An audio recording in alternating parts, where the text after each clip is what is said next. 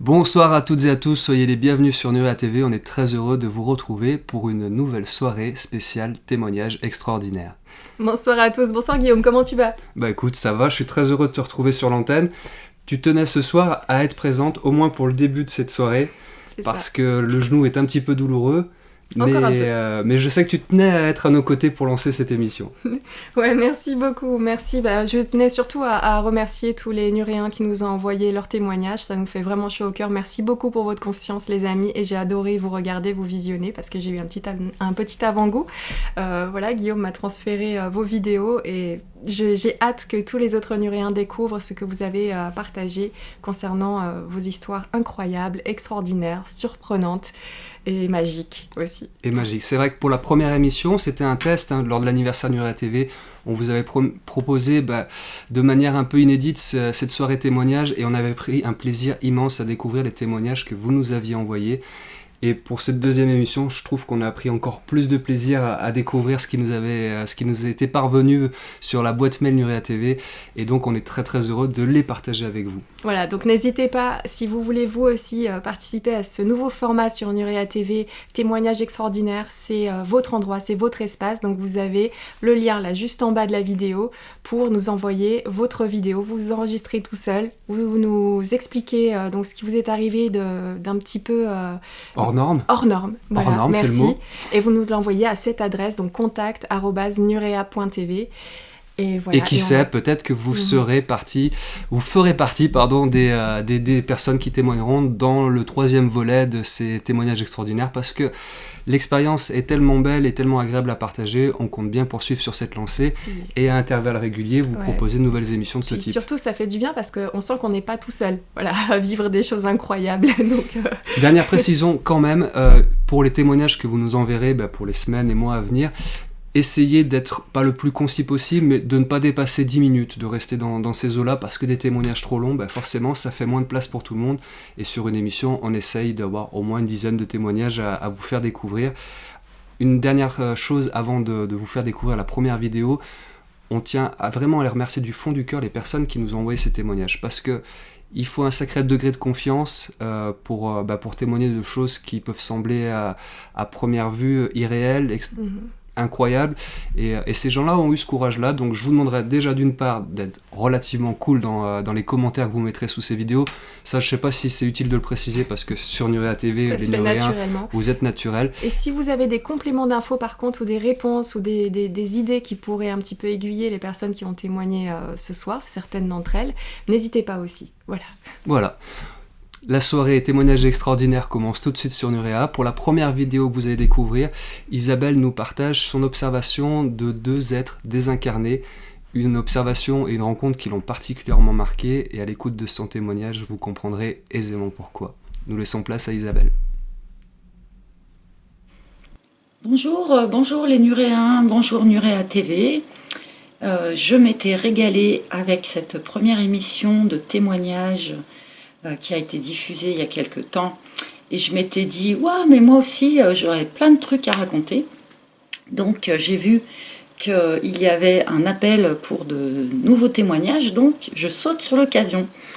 Le plus difficile pour moi étant de choisir quelle histoire vraie je vais vous raconter, parce que j'ai vécu un paquet de trucs assez perturbants dans ma vie.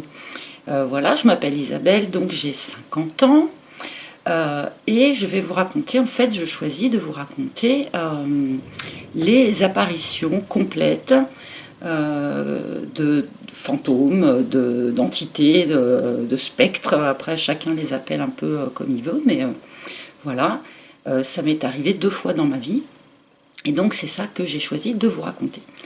La première fois, donc, j'avais 22 ans et c'était dans mon tout premier appartement de jeune adulte qui prend son envol. Donc j'avais loué un appartement dans un ancien quartier de Lyon, un ancien quartier très historique de Lyon. Et assez vite, dans cet appartement, avec mon compagnon de l'époque, on a remarqué des déplacements d'objets, des choses bizarres qui se passaient. notamment quand on s'absentait. On retrouvait assez régulièrement les tiroirs des meubles ouverts et les tiroirs vidés en fait. Au bout d'un moment, on a pris l'habitude, avant de s'absenter, avant de sortir de cet appartement, on faisait le tour et on vérifiait. Ça, c'est bien fermé, c'est bien, oui, tu vois, c'est bien fermé. On se prenait mutuellement à témoin pour se dire, voilà, on a vu tous les deux que cet objet ou ce meuble est bien fermé en partant. Et donc, on partait et quand on revenait, eh bien, le meuble était ouvert et les contenus des tiroirs répandus sur le sol. C'est une chose qui arrivait très régulièrement. Dans ce même appartement, une nuit, j'ai pu observer au pied de mon lit une boule de lumière au pied de mon lit, vert fluo, je dirais, avec de la fumée autour, quelque chose comme ça, avec un froid glacial dans la pièce. On devait être au mois de juin et quand je respirais, j'avais de la buée qui sortait de la bouche. C'est la seule fois où ça m'est arrivé. Et j'ai eu beau secouer la personne qui dormait à côté de moi, il n'y a absolument pas eu moyen de lui faire ouvrir les yeux pour qu'il puisse lui aussi observer cette boule de lumière au pied de notre lit. Et finalement, donc un soir, j'étais assise sur mon canapé. Ce canapé qui était au fond de la pièce faisait face à l'entrée. Une toute petite entrée parce que c'était un tout petit appartement. Hein. Donc j'étais assise sur mon canapé face à l'entrée. Et j'ai levé les yeux à un moment donné. Il y avait du monde autour de moi, il y avait du monde chez moi. Je lève les yeux et j'aperçois dans mon entrée, debout, un homme barbu. Je l'ai vu une seconde, une fraction de seconde, très peu de temps, parce que j'ai sursauté, enfin j'ai cligné des yeux et il était déjà plus là. Mais malgré tout, j'ai quand même vraiment bien eu le temps de voir sa tenue, donc tout en noir, sa forme corporelle, si je puis dire. C'était quelqu'un d'assez fort, vous savez, avec un thorax comme ça, un petit peu bombé, comme on voit chez certains messieurs, donc barbu. Et puis même son visage, j'ai eu le temps de bien le voir. J'ai même fait par la suite des recherches dans les trucs historiques de ce quartier, des fois que ce soit un personnage connu du quartier, ou enfin des fois que je le retrouve, mais ces recherches malheureusement n'ont rien donné. Peut-être que j'aurais oublié cette vision de cet homme barbu dans mon entrée, si à peu près 5 minutes après, la personne qui était assise à côté de moi lève le nez à son tour et sursaute comme ça et me dit mais devine ce que je viens de voir dans l'entrée. Et là je lui dis t'as vu un homme barbu? Il a été tellement surpris, il a été tellement terrifié que je l'ai vu vraiment devenir vert, blême, tout ce qu'on veut, suant de peur. Et je lui ai dit, oui, écoute, moi aussi, je l'ai vu il y a à peu près 5 minutes. Et on en a discuté, et effectivement, on avait vu la même personne. Voilà, donc c'était quand même très marquant, et je pense que, en étant toute jeune, ça fait partie des choses qui ont, conditionné mon évolution spirituelle qui a eu lieu dans les années d'après. Puisque bien plus tard, j'ai pratiqué de la TCI avec des jolis résultats. Enfin voilà, donc du coup, ça m'a ouvert quelque chose que après j'ai un petit peu exploité. Et donc des années après, alors rien à voir, c'était plus un appartement. J'habitais à l'époque dans un mobil-home sur un terrain privé, hein, mais voilà, une grosse caravane si vous voulez. Et un matin, je me suis réveillée et au pied de mon lit, il y avait un petit garçon. Alors lui, pour de bon, ça n'a pas duré une fraction de seconde comme l'homme barbu dans mon entrée. Ce petit garçon et moi, on a vraiment eu le temps de se dévisager, de se regarder les yeux dans les yeux. C'était un petit garçon qui devait avoir 7 ou 8 ans, qui avait un genre de veston en tissu un peu rude, je dirais années 40, mais 40, 45, je sais pas, mais je le dis un peu à la louche, hein, parce que c'est des périodes que j'ai pas connues, je suis pas sûre de la manière dont les gens étaient habillés, hein. Mais c'est à peu près ce que ça m'a évoqué. Donc très beau, ce petit garçon, très brun, avec des yeux clairs. Euh, et là, j'ai vraiment, on a eu le temps de se regarder, parce que là, j'ai eu le temps de me redresser dans mon lit, de me dire mais c'est pas vrai, tu rêves, de me pincer, et non, le petit garçon était toujours là. J'ai essayé de secouer la personne qui dormait avec moi, qui n'était pas la même que pour la première histoire, puisqu'il y a 20 ans qui séparent les deux histoires à peu près, hein. Et j'ai eu beau le secouer, et ben il ne s'est pas réveillé non plus pour regarder ce petit garçon. Et ce petit garçon apparaissait, comment dire, dans un rayon de soleil. Il y avait le rideau qui fermait la fenêtre de la caravane, mais il y avait une petite bande de soleil, si vous voulez, qui passait au travers du rideau. Et je voyais très très bien ce petit garçon dans la lumière du soleil, pour de bon, mais comme s'il était en chair et en os, quoi, au pied de mon lit, quoi. Et puis très progressivement, comme si la lumière du soleil devenait plus forte, eh bien il s'est dissous dans la lumière. Je ne peux pas dire autrement. Cette bande de lumière est devenue de plus en plus vive, jusqu'à ce que le petit garçon disparaisse complètement dans la lumière. Mais ça a pris quelques minutes, hein, pour de bon. J'ai vraiment eu le temps, vraiment, de le voir. Et à lui aussi, son visage est resté gravé là, d'une manière définitive. Voilà, et écoutez, j'espère que mes aventures vous auront intéressé. Merci de m'avoir écouté, merci à Nurea, vraiment super. Et puis à bientôt à tous. Salut!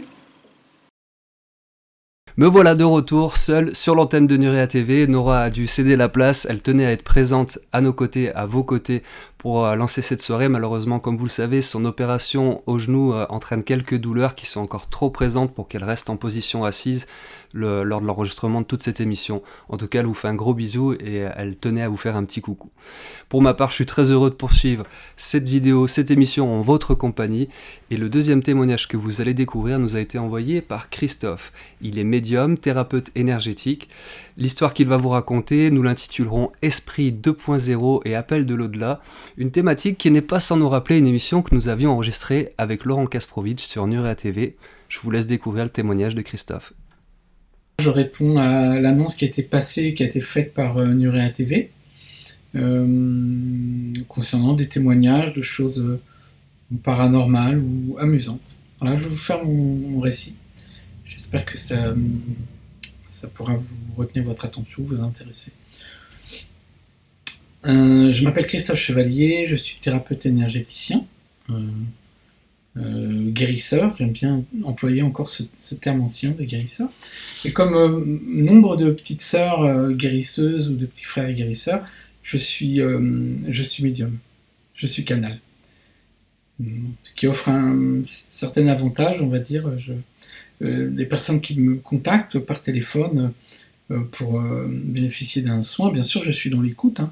Je suis thérapeute donc je suis dans l'écoute, mais je dois bien reconnaître que j'ai la personne téléphone d'un côté et de l'autre on me donne des informations complémentaires ou voilà, sous des formes diverses, des scénettes, des images, des mots-clés, des concepts, des idées. Voilà. Je suis renseigné par ce qu'on pourrait appeler mes guides thérapeutiques, des esprits guérisseurs, des médecins du ciel.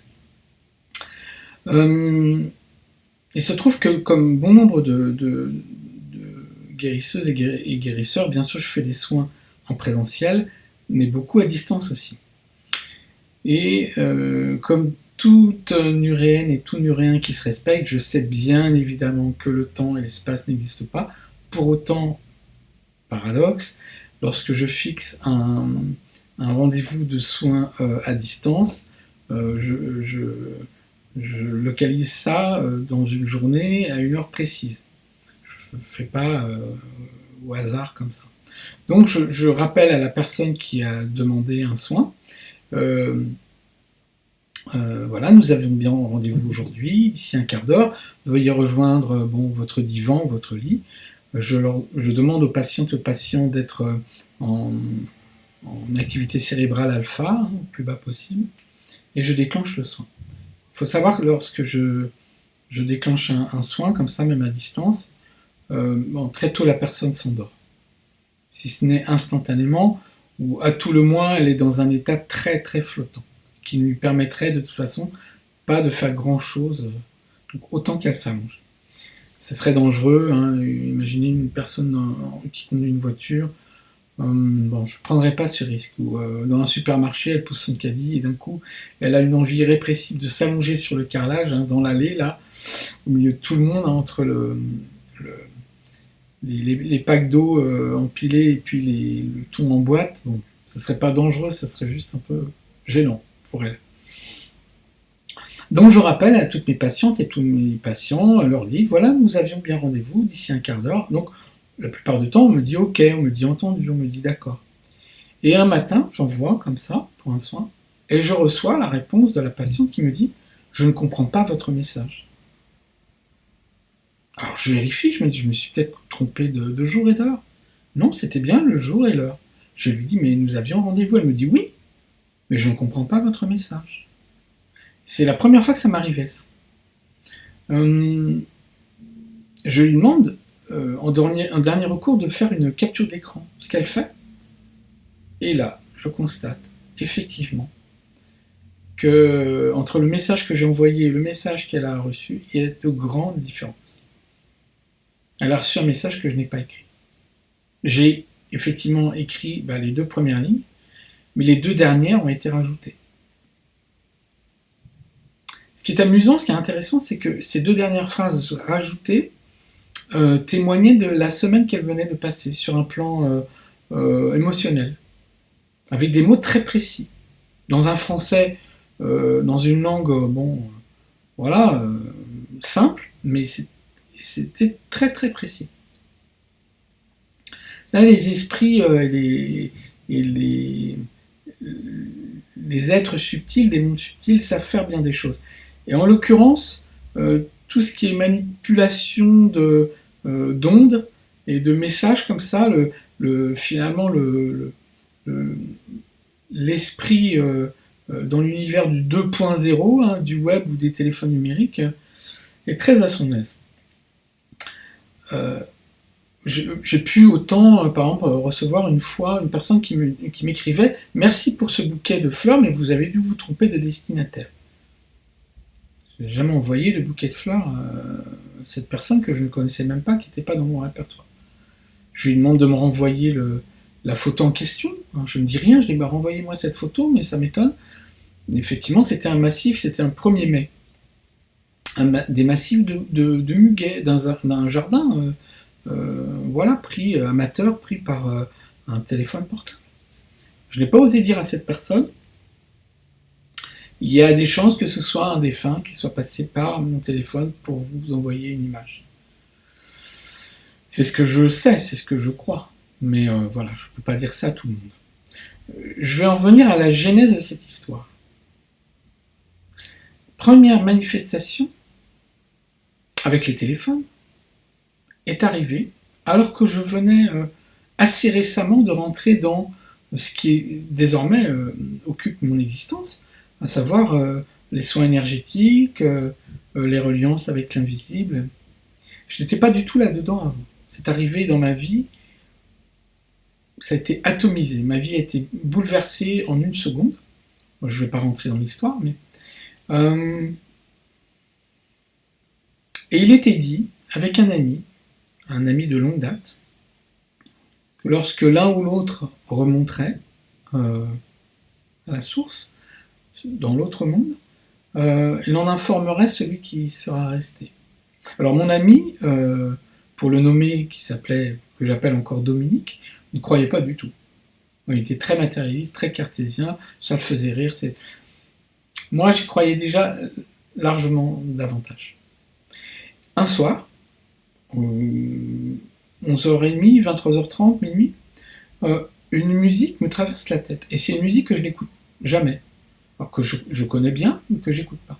Me fait penser immédiatement à cet ami, qui lui adorait, c'est un groupe, une musique un peu particulière, qu'on n'entend jamais, hein, ça passe pas sur les ondes, mais lui adorait ça. Et je reçois ça. Alors que la seconde d'avant, je ne pensais pas du tout à lui. Je me dis, bon, ça veut peut-être causer là. Donc je me munis d'un pendule, comme ça, voilà, et d'un cadran bovis avec des chiffres et des lettres, hein, bien connus par ceux qui pendulent. Et je ferme les yeux, je pars à vide, comme ça, sans donner d'impulsion, je ferme les yeux, et je dis, donne-moi la première lettre de ton prénom. Et là, ça pendule très fort, j'ouvre les yeux, je vois un D. Mon ami se prénommait Dominique. Je referme les yeux, et je repars à sec, à vide, et je dis, donne-moi la première lettre de ton nom de famille. Et là, ça m'entraîne, très précisément, j'ouvre les yeux sur le G. Mon ami s'appelait, je ne dirais pas son nom de famille, mais ça commençait bien par un G. Donc je fais les oui, les non, on discute ensemble, le pendule très lourd comme ça il tourne, mais c'est carrément Thierry Lafronde. Hein. Je pose des questions, je lui dis, oh Dominique, ça serait bien, tiens, tu te souviens, on avait dit, ça serait bien qu'on bosse ensemble et tout, toi là-haut, moi ici, ça serait fun. Il me dit, oui, le truc tourne à fond. Et je lui dis, bon, mais avant de se séparer, allez, fais-moi un signe, manifeste-toi, fais-moi un truc là. Allez, lâche-toi, allez, fais-toi plaisir, fais-moi plaisir, vas-y. Et il me dit oui, ça tourne. Et là, à peine je pose le pendule, mon téléphone fixe sonne. Il faut savoir que mon téléphone fixe, je m'en sers jamais.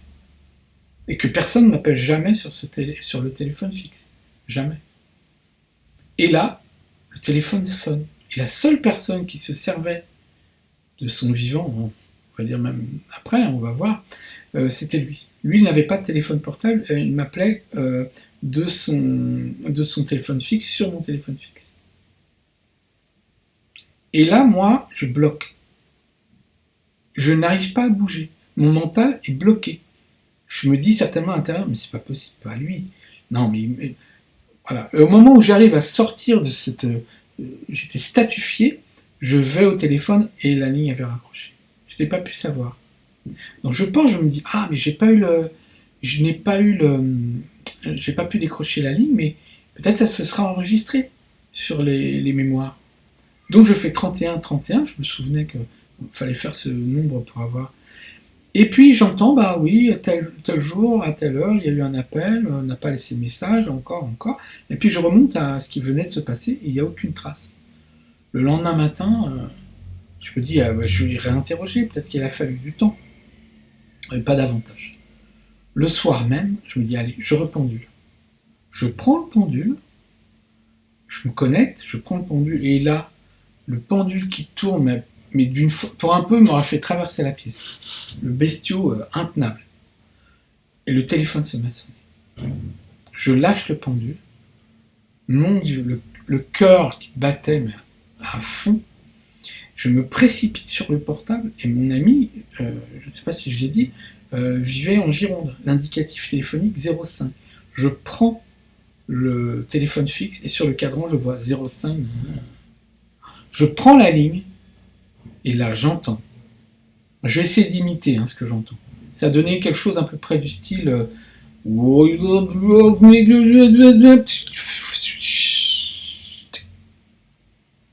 Plus rien.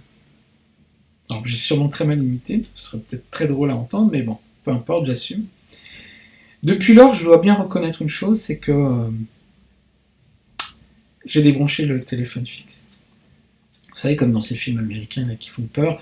Alors, c'est pas que j'ai peur, mais bon, voilà, j'ai pris l'option de débrancher le téléphone fixe.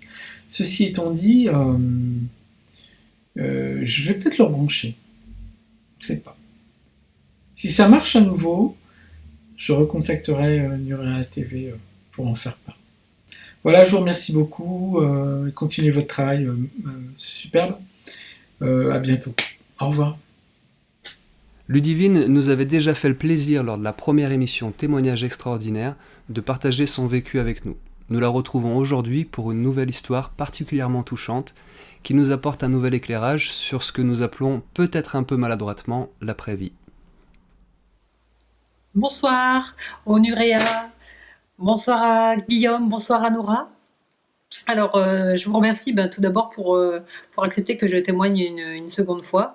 C'est pas évident parce qu'il m'arrivait pas mal d'expériences assez, assez rocambolesques. Donc, j'ai décidé de choisir une expérience qui a été assez forte pour moi aussi, puisqu'il s'agit du décès de ma grand-mère.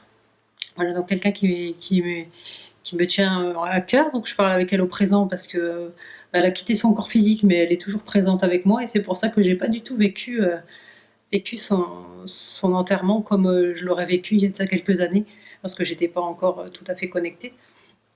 Alors, donc, tout a commencé lors d'un soin, quand j'étais dans mon cabinet. Donc, je transmettais un soin à un monsieur, et puis il m'est arrivé de ressentir la présence de ma grand-mère. Alors là, je me suis dit, non mais ça va plus dans ta tête. Ta grand-mère est encore en vie, enfin, pourquoi tu la ressens? Et donc, je continue le soin. Et puis, donc là, j'ai mon téléphone, parce que mon téléphone, je l'avais mis pour avoir un fond sonore. Et donc, quand mon téléphone se coupe, c'est souvent une personne qui m'appelle. Donc voilà, c'est que j'ai un appel.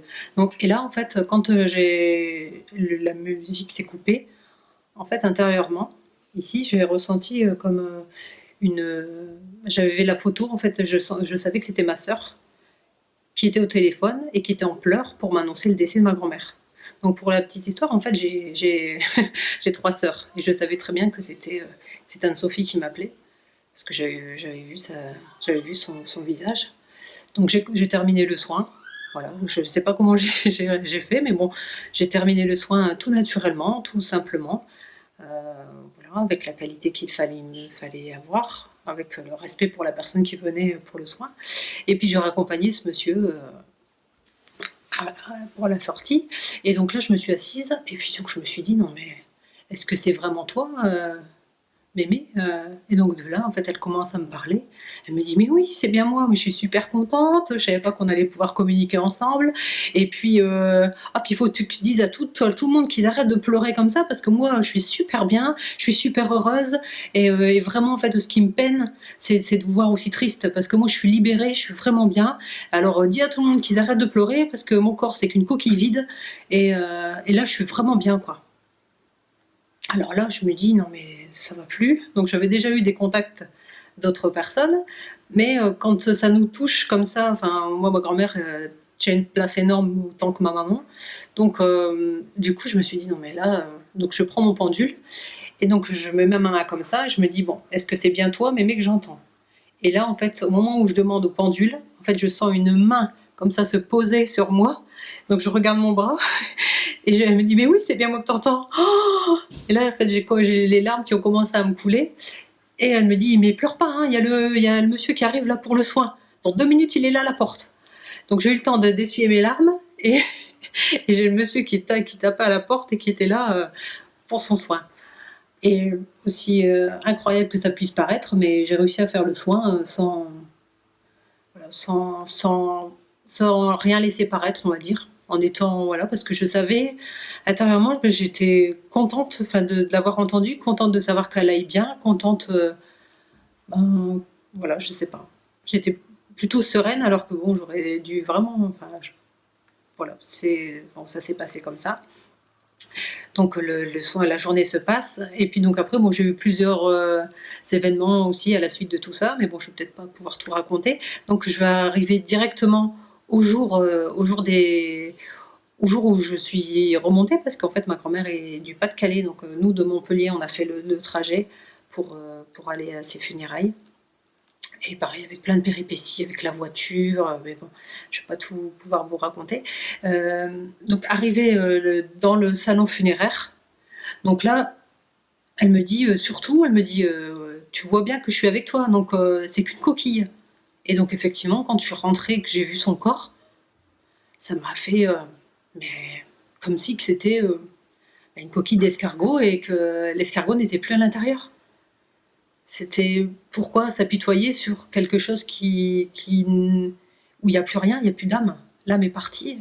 Et donc je ressentais ma grand-mère à côté de moi, très présente avec nous, mais pas rien vis-à-vis de ce corps. Et puis donc j'en fais part à mes frères et sœurs, hein, du message de ma grand-mère, même si je l'avais déjà dit par téléphone, là je l'aurais redit une nouvelle fois, en voyant leur tristesse. Et puis, les visites, comme vous savez, hein, dans le funérarium, il y a des visites qui s'enchaînent. Et donc, les visites se sont enchaînées. Et puis, arrive un couple avec une jeune fille, et ma grand-mère, j'entends, qui me dit « Mais c'est qui eux? Je les connais pas. » Oh, non, mais là, c'est pas possible. Donc, les personnes bénissent le corps et repartent. Et donc, de là, j'interroge ma maman en me disant « Mais est-ce que Mémé les connaissait ?» Elle dit oui, c'est des gens que je connais. Oui, mais je dis, est-ce qu'elle les connaissait? Elle dit oui, c'est vrai. Elle dit, non, je pense pas. Oui, mais je sais bien ce qu'elle vient de me dire. Donc voilà, donc c'était déjà un très beau signe. Et puis la preuve, moi aussi, du coup, je me suis, j'ai été rassurée dans le sens où c'était bien elle que j'entendais. Et puis donc arrive le moment où elle me dit, le chapelet, en fait, il faudrait vraiment, je préférerais que ça soit l'un de vous qui l'ayez. Mais ça sert à rien de me laisser le chapelet, et je suis plus là, donc moi je veux que ce soit l'un de vous qui l'ait. Alors bon, après je passe le message à ma famille, mais je peux pas non plus obliger tout le monde à me croire, et voilà, donc je peux pas imposer, même si c'est bien elle que j'entends, après je peux pas imposer à tout le monde voilà ce que j'entends. Des choses que je peux comprendre, hein, tout le monde ne croit pas, et puis voilà, puis moi je suis pas là pour convaincre, hein, voilà. Donc du coup, je passe le message à mes frères et sœurs. Et donc de là à côté, j'ai ma sœur Anne-Sophie qui me dit « Oh non, non, non, non, faut lui laisser son chapelet, elle y tenait. Donc vraiment, faut lui laisser. C'est à elle. » Bon, après moi, c'est tout, je peux pas... Voilà. Et puis donc, mais une minute se passe. Et de là, alors qu'on était là depuis quelques heures quand même, hein, parce que vous savez que ça dure une après-midi. Donc là, le chapelet glisse et tombe. Alors là, tout le monde me regarde, mais je dis, mais attendez, moi j'ai rien fait. Donc de là, j'ai mon autre sœur Anne-Sophie, Caroline, qui était de l'autre côté, et qui, elle, du coup, elle me dit, oh, mais comment vous commencez à me faire peur, et donc du coup, qui remet le chapelet. Et entre deux, j'ai ma sœur Séverine qui est en face de moi, et qui me dit comme ça, mais avec un sourire, elle me dit, mais comme Ludie, elle venait de dire pour le chapelet, je lui ai demandé, mon mémé, si tu veux vraiment que l'un de nous reprenne ton chapelet, fais-nous un signe. Et donc, c'est pour ça que le chapelet a bougé. Donc ma sœur qui venait de le repositionner, elle se replace à côté de moi. Et donc même pas une minute se passe, et là le chapelet reglisse et retombe. Donc de là, tout le monde me regarde, bon Ludivine va prendre. Donc voilà, donc c'est comme ça que j'ai pris le chapelet. Et puis les pompes funèbres arrivent et ils nous demandent de bien vouloir sortir, puisque arrive le moment de la mise en bière. Donc ça, c'est un moment assez fort, hein, pour tout le monde, en fait, de voir le corps qui va aller dans son cercueil, hein, pour aller après être mis en terre. Donc du coup, on sort. Et ma sœur Anne-Sophie se met à pleurer. Donc ce que je fais, je la prends dans mes bras. Et en la prenant dans mes bras, j'ai ma grand-mère qui me dit le chapelet, c'est pour elle. Et, chose bizarre, incroyable, en la serrant, en fait, le chapelet s'était prise dans son vêtement, en fait. Voilà. Donc, je lui dis, attends, je suis embêtée. Je lui dis, parce que le chapelet, il s'est accroché dans ta veste. Et je lui dis, et Mémé veut que ce soit à toi que revienne le chapelet. Et quelques temps après, elle m'a dit, mais en fait, intérieurement, j'en voulais du chapelet. Donc c'était super, quoi. Voilà. Donc comme quoi que les défunts entendent très bien, enfin les défunts, ils n'aiment pas qu'on les appelle comme ça, c'est des désincarnés, hein, ils sont encore vivants, mais sur un autre plan. Voilà, donc du coup, ils entendent nos pensées, ils entendent ce qu'on a vraiment dans le fond du cœur et ce qu'on souhaite.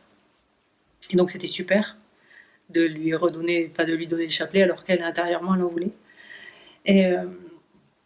Et puis donc arrive le jour de l'enterrement, donc nous allons à l'église, et donc là ma grand-mère me dit tu diras à tout le monde que vous inquiétez pas, je vous ferai tous des signes et vous verrez.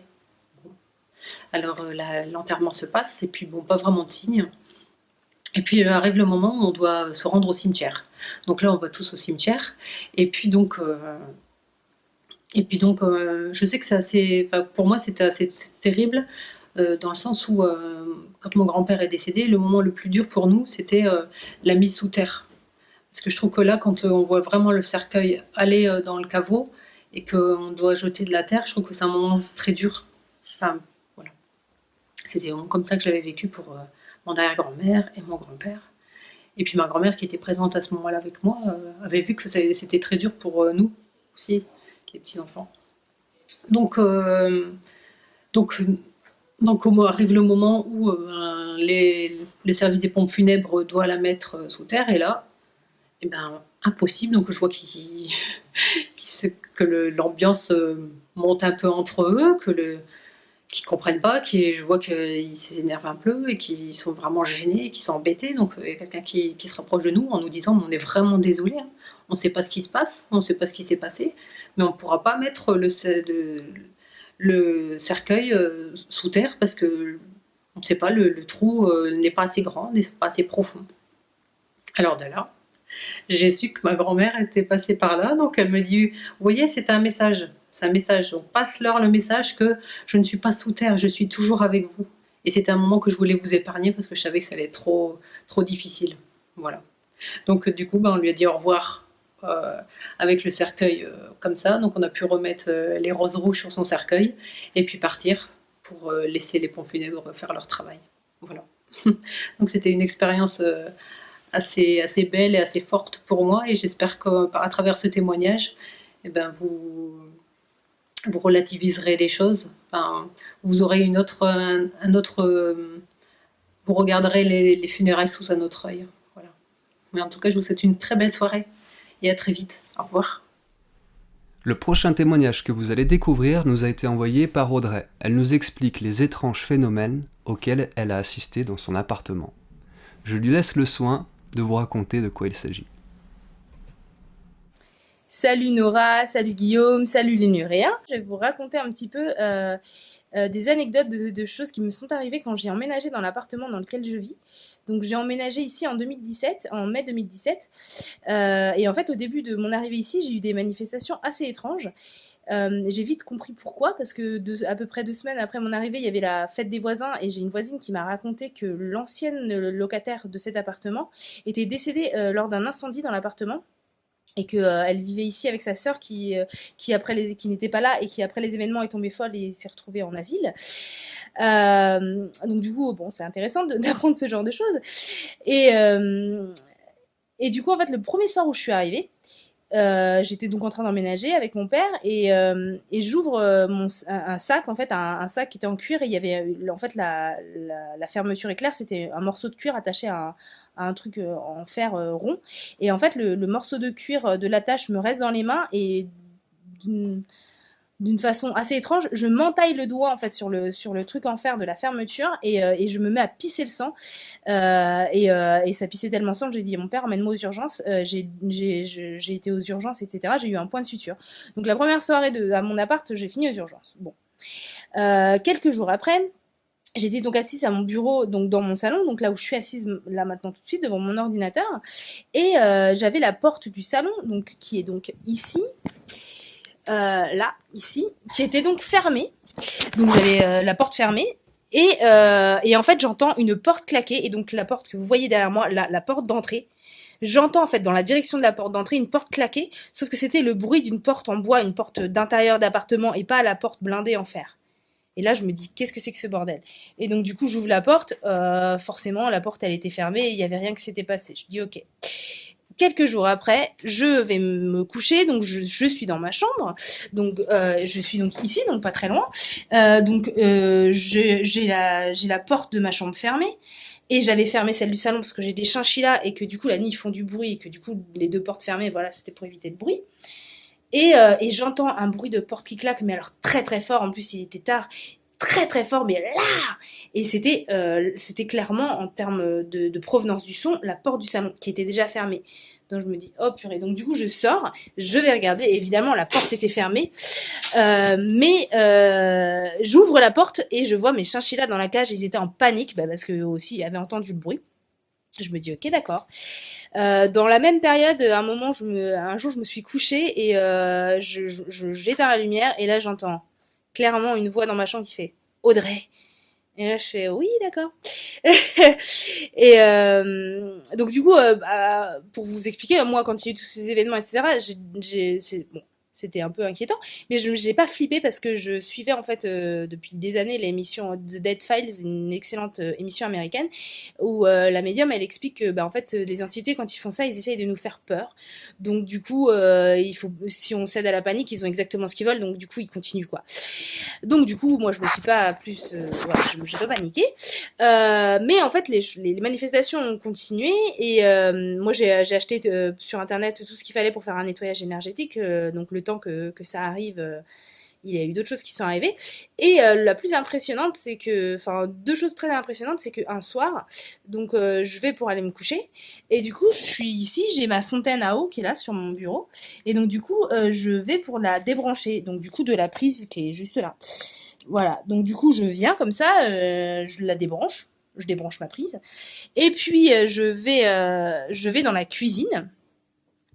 Donc j'arrive dans ma cuisine et là au moment où j'arrive à côté de la chaudière, elle s'allume à fond et tout ça comme si le chauffage était allumé, il n'était pas allumé. Et donc là je fais qu'est-ce que c'est que ce bazar? Donc je retourne dans le salon et je vois que donc le thermostat, donc ici présent, le thermostat était au maximum. Alors que bon déjà quand j'allume le chauffage je le mets jamais au maximum, mais surtout il n'était pas allumé, donc là je sais pas si vous entendez mais d'un seul coup là elle s'allume la chaudière, et alors qu'elle était sur le minimum, donc du coup clairement moi j'ai pas fait ça, enfin même si j'avais frôlé le truc en débranchant la fontaine, il aurait quand même fallu que je donne plusieurs coups de tête pour remonter ça jusqu'en haut quoi. Donc du coup je me dis ok d'accord. Et la dernière chose qui m'est arrivée, c'est donc avant que je fasse un nettoyage énergétique, c'est que donc un soir je me lave les dents avec ma brosse à dents électrique et le lendemain matin je prends ma brosse à dents et je l'allume et rien ne se passe, ça ne s'allume pas. Je dis c'est quoi ce bazar et tout, en plus le soir d'avant elle avait de la batterie et tout. Donc c'était pas un problème de batterie, et là je regarde la brosse à dents et en fait je l'ai retrouvée comme ça. Donc vous voyez, elle est démantibulée. Et alors qu'elle était toujours posée sur le lavabo, là où je l'avais laissée le soir même, et le lendemain, je la trouve au même endroit, mais complètement démantibulée, elle ne marchait plus. Donc assez impressionnant comme événement. Et donc du coup après ça j'ai fait un nettoyage énergétique dans tout l'appartement, enfin j'en ai fait plusieurs, mais le premier ça a été enfin je sentais qu'il y avait vraiment une énergie très très lourde en fait que j'ai dû chasser, et j'en ai refait d'autres pour bien accentuer le nettoyage. Et ce que j'ai fait aussi, c'est que en fait dans le salon sur le linoléum il y avait plusieurs endroits où il y avait de la cire de bougie fondue, parce que justement l'ancienne locataire était très très bizarre et en fait visiblement elle faisait de la magie vaudou, et du coup en fait il y avait des restes de cire de bougie sur le linoléum, donc j'ai nettoyé en mettant un papier essuie-tout et en mettant un coup de fer à repasser pour absorber la cire. Et depuis, il y a plus de manifestations, et même au-delà de ça, on est vraiment bien chez moi. Il y a une super bonne énergie. Tous les gens qui viennent chez moi ils me disent il y a une très bonne énergie chez toi et tout ça. Et bon, au départ c'était pas gagné. Et d'ailleurs ma voisine m'avait dit qu'il y avait eu plusieurs drames à cet étage de l'immeuble depuis qu'elle y habitait. Il y a eu plusieurs fois des incendies, etc. Et du coup moi je me suis dit c'est un challenge. Faut changer faut changer l'énergie en fait du lieu, ce que j'ai fait, et en fait depuis que je suis arrivée, donc ça va faire bientôt 3 ans, il n'y a jamais eu de drame. Donc voilà, et donc voilà, donc c'était ma petite histoire. Donc il m'est déjà arrivé des choses intéressantes, voire étranges dans ma vie, mais ça c'était quand même assez particulier, parce que quand on vit, voilà, quand c'est chez soi, c'est un peu particulier. J'ai même eu à cette période-là des problèmes de paralysie du sommeil assez angoissantes. Mais voilà, depuis, j'ai plus du tout de soucis. De temps en temps, ma grand-mère qui vient me voir parce que je sens son parfum d'un seul coup dans l'appartement. Mais voilà. Donc voilà, j'espère que ma petite histoire vous aura plu. Et puis super. Merci à Nurea. Je vous fais des bisous à tous. Dans la prochaine vidéo, Cindy partage avec nous une expérience particulièrement angoissante et oppressante, en présence d'une entité que nous qualifierons de malveillante. Un grand merci à elle pour sa confiance et pour son témoignage. Bonjour Nora et Guillaume, bonjour les Nuréens, quel plaisir de pouvoir m'adresser à vous. Je tenais à vous dire que j'adore votre chaîne, que vous êtes la seule télé, on va dire, que je regarde, puisque voilà, je suis pas du télé du tout, mais votre télé, voilà, elle regroupe tout ce qui peut m'intéresser. Donc je vais vous partager mon expérience. Donc j'en ai vécu plusieurs, mais je vais vous parler de la plus parlante, la plus éprouvante pour moi, enfin celle qui a été la plus pertinente, la plus marquante, la plus effrayante. Donc c'était en juin 2011, donc ça date. C'était un matin où je me réveillais, il était un peu avant 8 heures. Et là, je suis donc dans ma chambre, allongée dans mon lit, et je sens venir une présence à moi qui vient vers le lit et qui monte et qui vient en fait du bas de mes jambes et qui remonte tout doucement. Et là, j'ai très peur, je sens nettement cette chose en fait venir. Tout est grisé, je vois des rayures, donc c'est très sombre. Et là, j'entends donc une voix masculine me parler et me dire des choses complètement désagréables. Et je comprends qu'on veut me prendre, qu'on veut m'emmener, et qu'on veut m'attaquer, me posséder, me faire des choses pas du tout saines. Et des ricanements. Et donc je sens cette attaque, et là je lutte, j'ai très très peur, je prie intérieurement, et je pousse en fait, mais je n'ai pas de force, j'ai seulement la force de ma volonté qui me guide. Et je demande protection et je pousse cette chose et je lutte pendant je ne sais pas combien de temps, 30 secondes, voire plus, 1 minute, 2 minutes, pas plus. Et jusqu'à ce que cette énergie parte, enfin en tout cas parte du lit, parte de mon corps, s'éloigne. Et là, dès que je suis libre de mes mouvements, je sors du lit. Et là, j'ai pour réflexe de prendre ma fille, qui est âgée d'à peine 3 mois, dans la chambre et qui est allongée dans son berceau.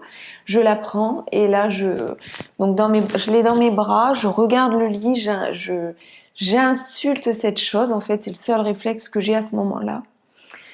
Je ferme la porte de la chambre, je prends mes clés, mon sac à main et je pars. Je suis en pyjama, je pars, je m'en vais, je quitte la maison tellement j'ai peur. Et je m'en vais. Et là, j'ai très peur de retourner dans la maison. Je vais au travail de mon conjoint, je lui explique ce qui s'est passé. Et il faut retourner à la maison, mais j'ai peur, je ne sais pas comment faire. Et heureusement que je suis accompagnée. On revient à la maison et je passe des nuits, très mauvaises nuits, des nuits où je ne revis pas le phénomène, mais ce phénomène revient. Et là, je comprends que c'est tout un univers qui vient me bousculer ma vie. Donc je comprends qu'il faut, donc en parlant avec d'autres personnes, qu'il faut purifier les lieux, qu'il faut faire des prières. Certains me disent de m'en aller, certains me disent que peut-être que je suis folle, que c'est un phénomène lié suite à la naissance de ma fille. J'ai fait une psychose puerpérale. Enfin bref, j'ai tout entendu à ce moment-là. Mais moi, je sais que ce que j'ai vécu, c'est autre chose que de la folie. C'était bien réel. C'était hyper,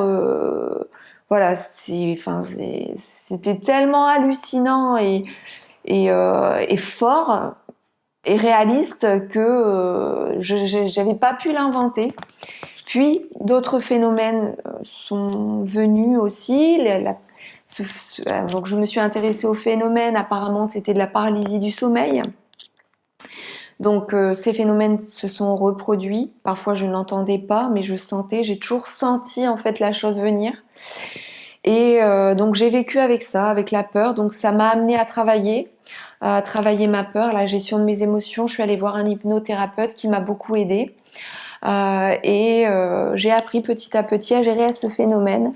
Donc tout ça pour dire que finalement donc j'ai vécu cette expérience très négativement dans un premier temps puisque elle m'a fait peur et qu'elle m'a bousculée complètement.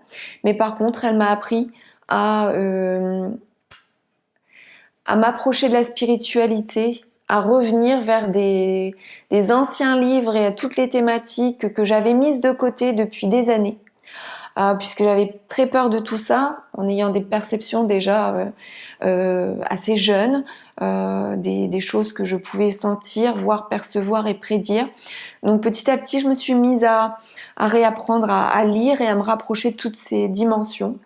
Et ça m'a amenée voilà, à accepter, à voir la vie sous un autre angle, complètement différent, à comprendre que la vie ne s'arrêtait pas à la mort, et donc à aider les autres aussi vis-à-vis de ça, puisque j'ai pu comprendre aussi que j'avais aussi certainement une mission à ce niveau-là, que d'éveiller les consciences et puis de travailler, enfin d'aider les gens à accepter les épreuves de perte et de deuil. Et ça, voilà, ça m'a ouvert des portes, ça m'a appris à voir les choses différemment, à aimer autrement et voilà, à m'intéresser en fait aux thèmes que vous traitez sur Nurea TV. Et un grand merci pour la chaîne que vous avez, puisque c'est une chaîne formidable. J'y apprends énormément qu'autrement par les livres. Et continuer, c'est du pur bonheur que d'avoir une chaîne comme la vôtre. Voilà, merci à vous les Nuréens aussi. À très bientôt peut-être. Vous allez maintenant découvrir le témoignage de Céline qui revient pour nous sur une expérience paranormale effrayante qu'elle a vécue. Une observation spectrale à vous donner des sueurs froides. Bonjour. Donc voilà, je souhaitais partager mon expérience. Une de mes expériences, du moins la première, celle qui a tout changé. Voilà, donc j'ai 31 ans, je m'appelle Céline. Voilà, je vis à Paris depuis toujours. Et voilà, il est temps pour moi de livrer enfin, du moins cette expérience déjà. Et voilà, c'est parce que c'est tellement fou qu'au bout d'un moment, on ne peut plus être seul avec ces expériences, quoi. On a le besoin d'en parler déjà, c'est bien, et puis surtout avec vous qui pouvez donc comprendre ça. Donc voilà. Donc moi j'ai grandi avec des valeurs religieuses, enfin plutôt spirituelles. Voilà, j'ai jamais été dans la religion, dans la pratique, mais en tout cas même dès enfant, donc je savais qu'il y avait un Dieu, on va dire, un Dieu créateur, et puis forcément je me disais, mais s'il y a un Dieu, il y a un diable, voilà. Et puis les esprits, tout ça, voilà. En sachant que, bon, assez jeune, j'ai côtoyé, disons, la mort, quoi. J'ai perdu des personnes, donc, bon, en tout cas, bien avant ça, j'avais ce sentiment, tout simplement, que rien n'est fait au hasard, voilà, déjà. Donc, même petite, je ressentais ça. Et donc, bon, la vie a suivi son cours, j'ai mon adolescence, bon, voilà. Et puis, donc, arrivé à l'âge de 20 ans, voilà, j'avais déjà vécu des petites choses un peu spéciales chez moi. Ça a commencé vers 12 ans. Voilà, mais bon, ouais, des trucs assez fous, mais c'est vrai que quand on a 12 ans, 13 ans, surtout qu'on est avec les copines, alors il y a un cadre qui tombe, c'est pas, non, moi je voyais pas ça comme ça. Pourtant, comme je vous dis, justement, c'est pour ça que je voulais vraiment préciser ça, c'est que j'ai toujours cru en ces choses qu'on ne voit pas, mais c'est vrai que avant de vivre cette expérience qui m'a réellement convaincue et changé à tout jamais, je n'aurais jamais cru une histoire, je pense, même je sais pas, dans ma famille, peut-être que si, mais quelqu'un qui nous raconte qu'il a vu un fantôme, moi, avant ça, je n'aurais jamais cru. Malgré ma croyance, c'est fou, mais ce genre de choses, si on ne vit pas, on ne peut pas en être convaincu à 100%. Voilà, je vais me dépêcher parce que ça fait déjà 3 minutes 3. Donc voilà, c'était donc quand j'avais 20 ans, j'étais sortie avec une amie en soirée, petite boîte de nuit, disco, sympa, bon bref. Et ce soir-là, j'ai rencontré un ami d'un ami à elle.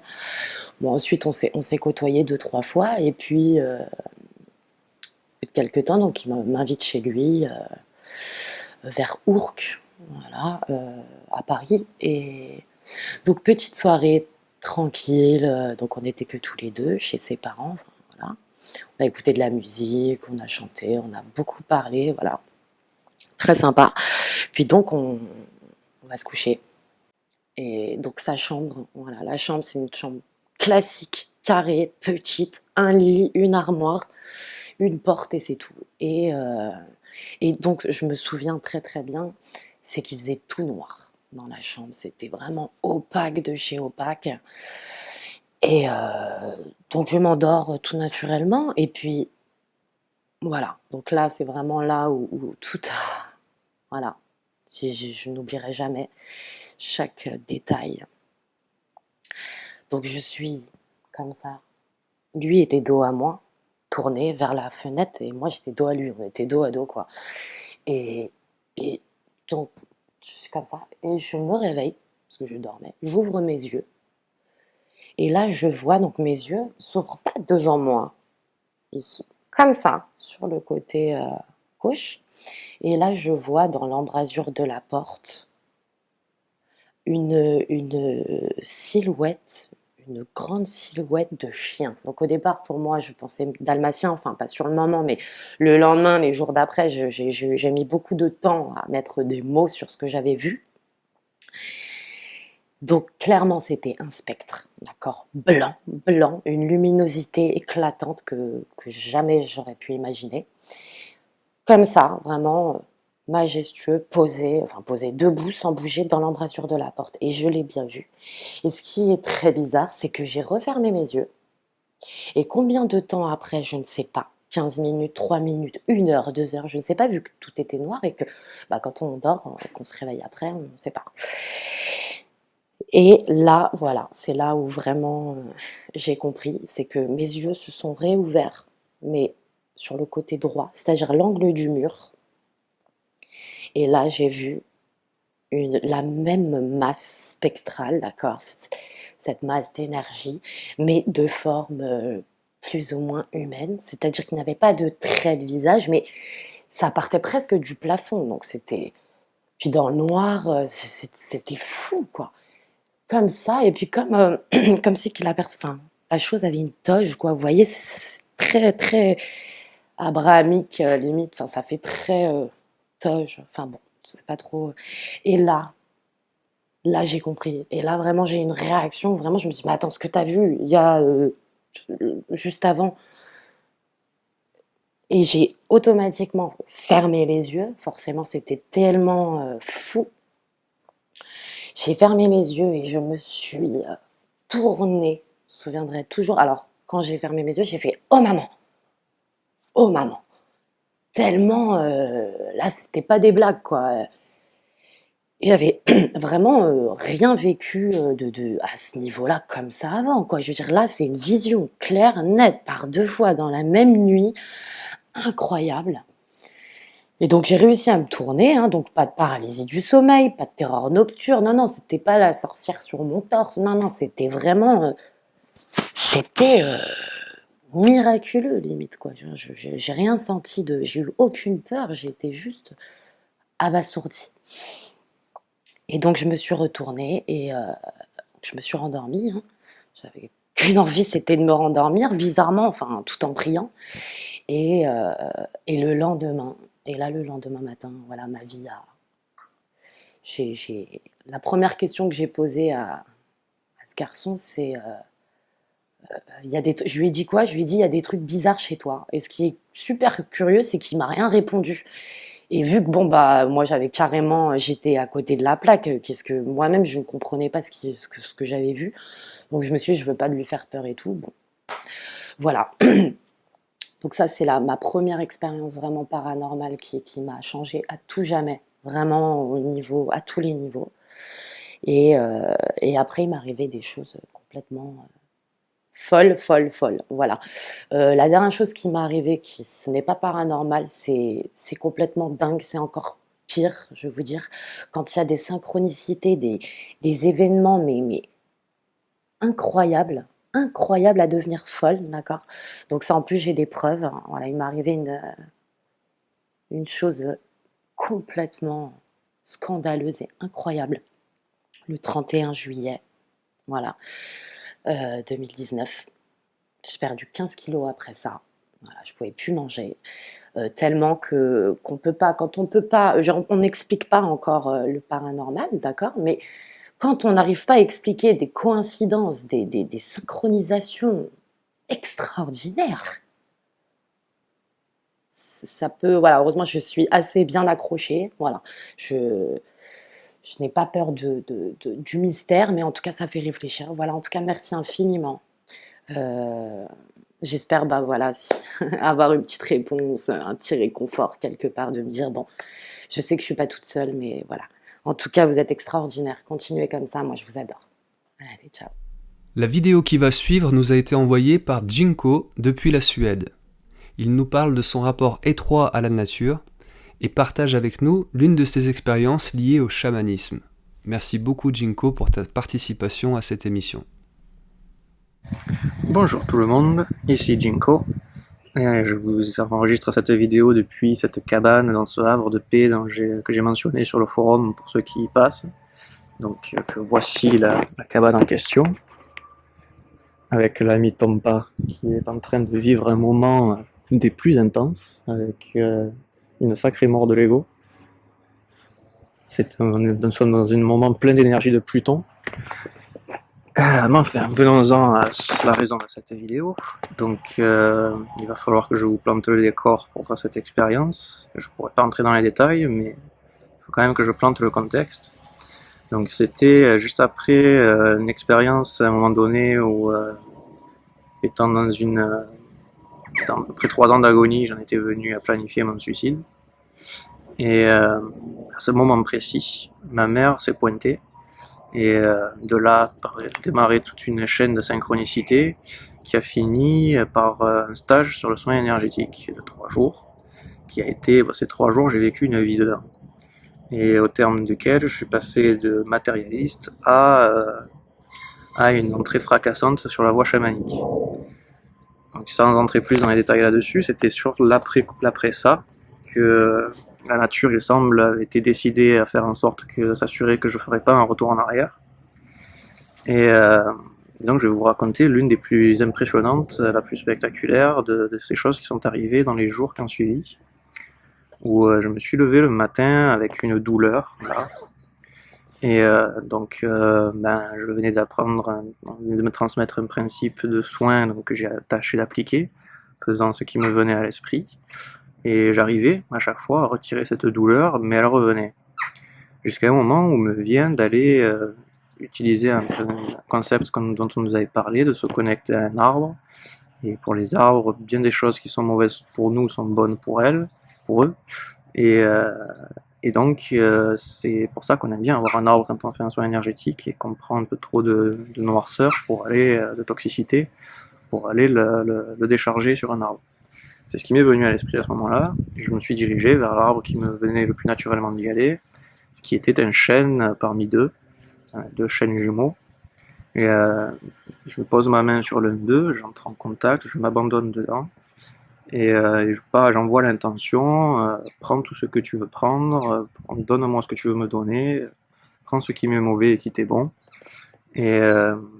Et très rapidement, je sens comme l'air autour de moi se densifier, comme si d'un coup j'étais un peu sous l'eau. Et donc cette densité qui me prend et qui du coup démarre tout un truc dans lequel je m'abandonne complètement, les yeux fermés. Et il faut savoir qu'il y a un petit filet d'eau qui passe à côté de cet arbre, mais genre ça quoi. Et j'entendais un bruit venir de ce petit filet d'eau à 2 pas. Mais bon, j'étais dans mon truc, j'y prêtais pas attention. Pendant ce temps, j'avais quand même mes oreilles qui entendaient ce bruit grandir. Et puis, au bout de 2-3 minutes, l'air redevient normal, je sens le contact, le processus c'est fini, tout redevient normal. Donc à ce moment-là, j'ouvre les yeux, je regarde le cours d'eau. Il y avait un tas de feuilles et de branchages qui bloquaient un débit d'eau supérieur qui arrivait. Et au moment où ça s'est tombé dans un petit réservoir en dessous, ça a dégagé le débit qui d'un coup est devenu un giga débit. Genre un truc comme ça. Alors qu'il n'a jamais été plus gros que ça dans ses plus gros jours. Et au-delà de la taille, un putain de débit. C'était sur le terrain de ma mère, donc dans le jardin de ma mère, un endroit qu'elle habite depuis 15 ans, que je connais bien, qu'elle connaît encore mieux. On n'a jamais vu ça, et de loin. Et il se trouve qu'elle venait juste de nettoyer le coin, donc ça a bien foutu bordel. Du coup, ça crachait marron, quelque chose, mais de gigantesque. Et c'était un gros coup de Karcher qui a foutu bordel à l'endroit où il y avait deux petits bassins en dessous. Où donc du coup, je vais chercher ma mère, je lui montre ça, et elle voit ça, elle hallucine, et on rigole un moment, puis elle me dit, la prochaine fois que tu te connectes à un arbre, préviens-moi d'abord. Mais bon, je lui répondais, voilà, en ce moment, moi je comprends rien, je fais un peu ce qui vient, ça fait des trucs, ça fait un peu ce qu'il veut. Mais et après ça m'est venu d'aller dans la foulée, d'aller à l'endroit le plus en amont sur le jardin de ma mère, et d'y tremper ma main dans le cours d'eau, en envoyant l'intention de donner mon énergie à cette eau, et véhicule cette énergie, une énergie pleine d'affection et d'amour, d'abord en tâchant d'envoyer ma bénédiction en quelque sorte aux gens qui habitent sur le terrain de ma mère, puisqu'elle a des locataires, puis en étendant ça à tous ceux qui habitent sur la colline sur laquelle on est, puis à tous les animaux, à tous les plantes, tout ce qui vit, tout ce qui existe, tous les esprits, tout ce qu'il y a sur cette colline, et puis de là, sur tout, de offrir ça à cet esprit-là, tout, en demandant à cette eau de véhiculer. Et pendant 2 heures, je continuais de venir voir, le débit a bien lâché pendant 2 heures, et ça a continué comme ça pendant 2 heures, et au bout de 2 heures, ça s'est revenu à son débit habituel des beaux jours, comme ça, et cette fois ça coulait clair, alors qu'avant ça coulait bien marron. Et pendant 2 jours, quand je m'approchais que j'enlevais les lunettes et que je m'approchais les yeux fermés de l'eau, j'avais un scintillement qui m'apparaissait sur les paupières, et 2 marques qui m'apparaissaient dans la vision, une espèce de croix et une espèce de Y, et exactement les mêmes motifs qui me venaient à chaque fois, ce même truc, pendant 2 jours. Et il y a eu quelques autres occasions où j'ai eu ce genre de choses avec de l'eau, de voir un scintillement, mais jamais plus d'autres motifs, jamais aussi intenses, et bon, jamais un tel comportement de l'eau bizarre, puisque là on a eu une espèce de montée des eaux subite, quoi. Donc voilà, c'était cette petite expérience que j'avais envie de partager avec vous.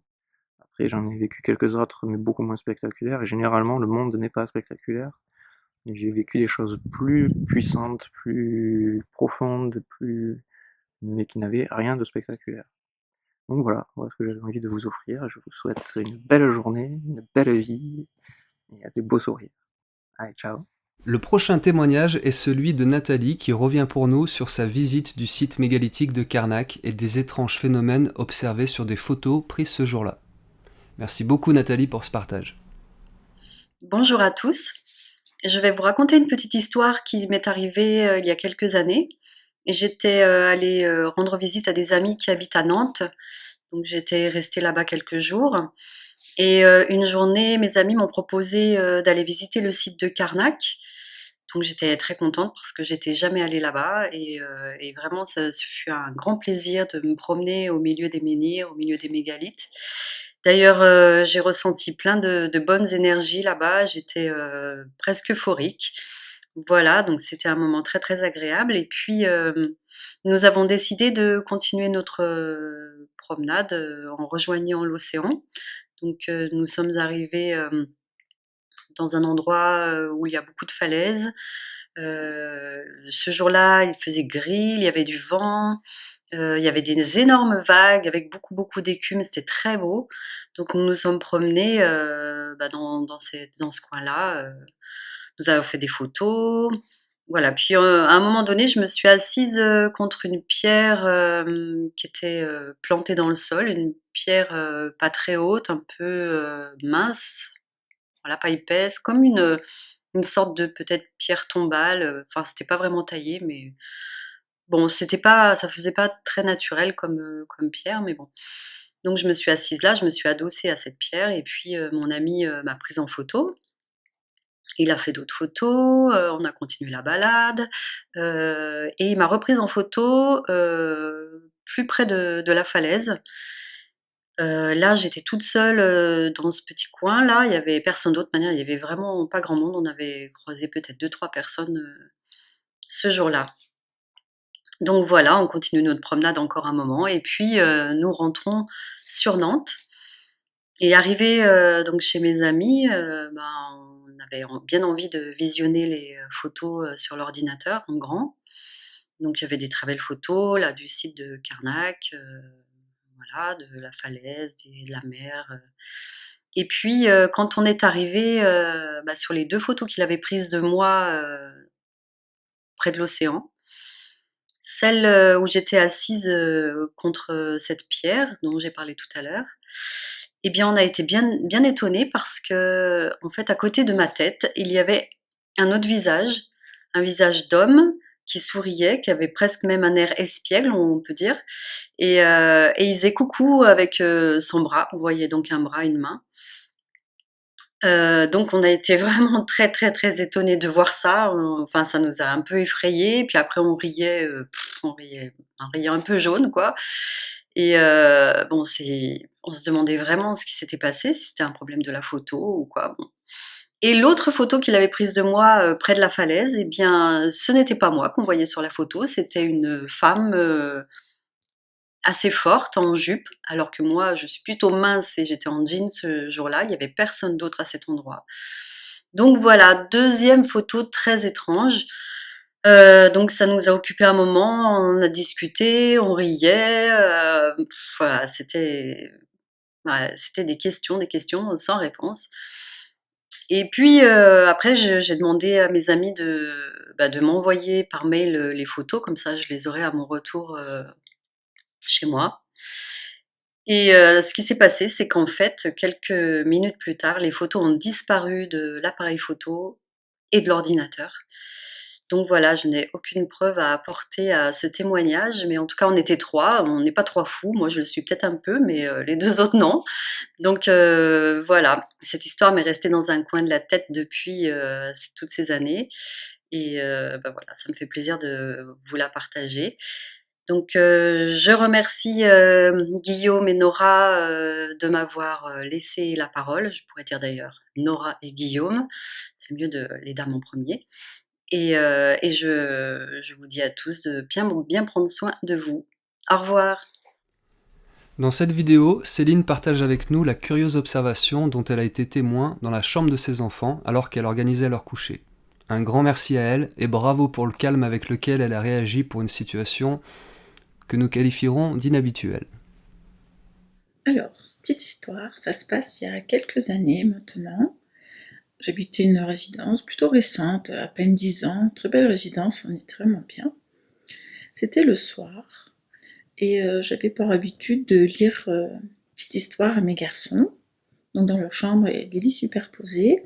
Mon grand de 7 ans était installé dans le lit du haut, et moi j'étais installée sur le lit du bas, avec mon petit de 2 ans à mes côtés.